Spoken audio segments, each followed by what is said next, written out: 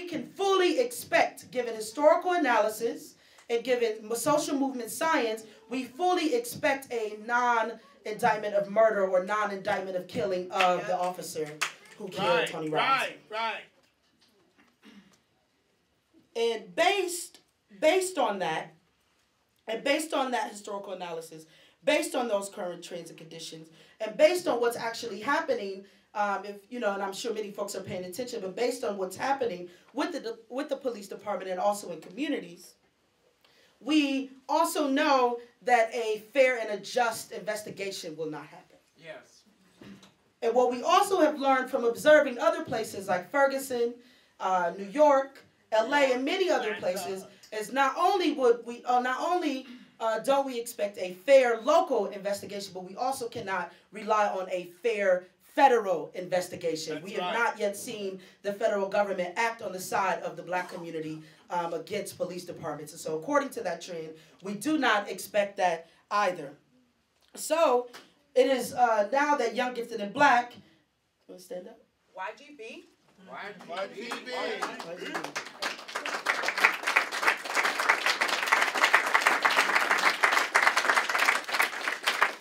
So therefore, Young, Gifted, and Black, Freedom Inc. folks locally, nationally, and internationally, we call for an independent investigation led by the international human rights bodies. Yes. Specifically, we are calling on the United Nations Human Rights Council and the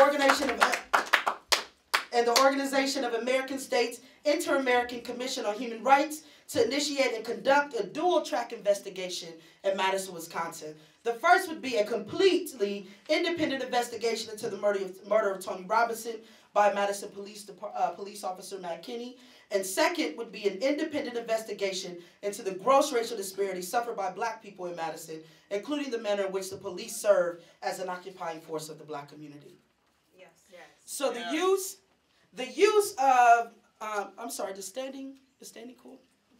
Stand up, sister. So the use of the United Nations or international bodies to advance black liberation or to advance black struggle is not a new concept. So there are a couple examples in which we've seen the interaction of local black organizing within the United States with matching or pairing or using international law or framework or treaties or bodies actually help advance the struggle. So the United Nations was founded in 1945.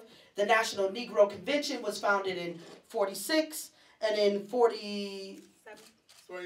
Was it 47? Actually, yeah, in 47, there was an official complaint which Du Bois and the NAACP put forth, and in 51, that complaint or that charge of genocide was delivered to the United Nations, and that actually, along with all of the on-the-ground work organizing and many other things, was a key piece of helping to elevate what was happening to black people, particularly around lynching, and actually was a key piece or a significant piece in helping to abolish the institution of lynching.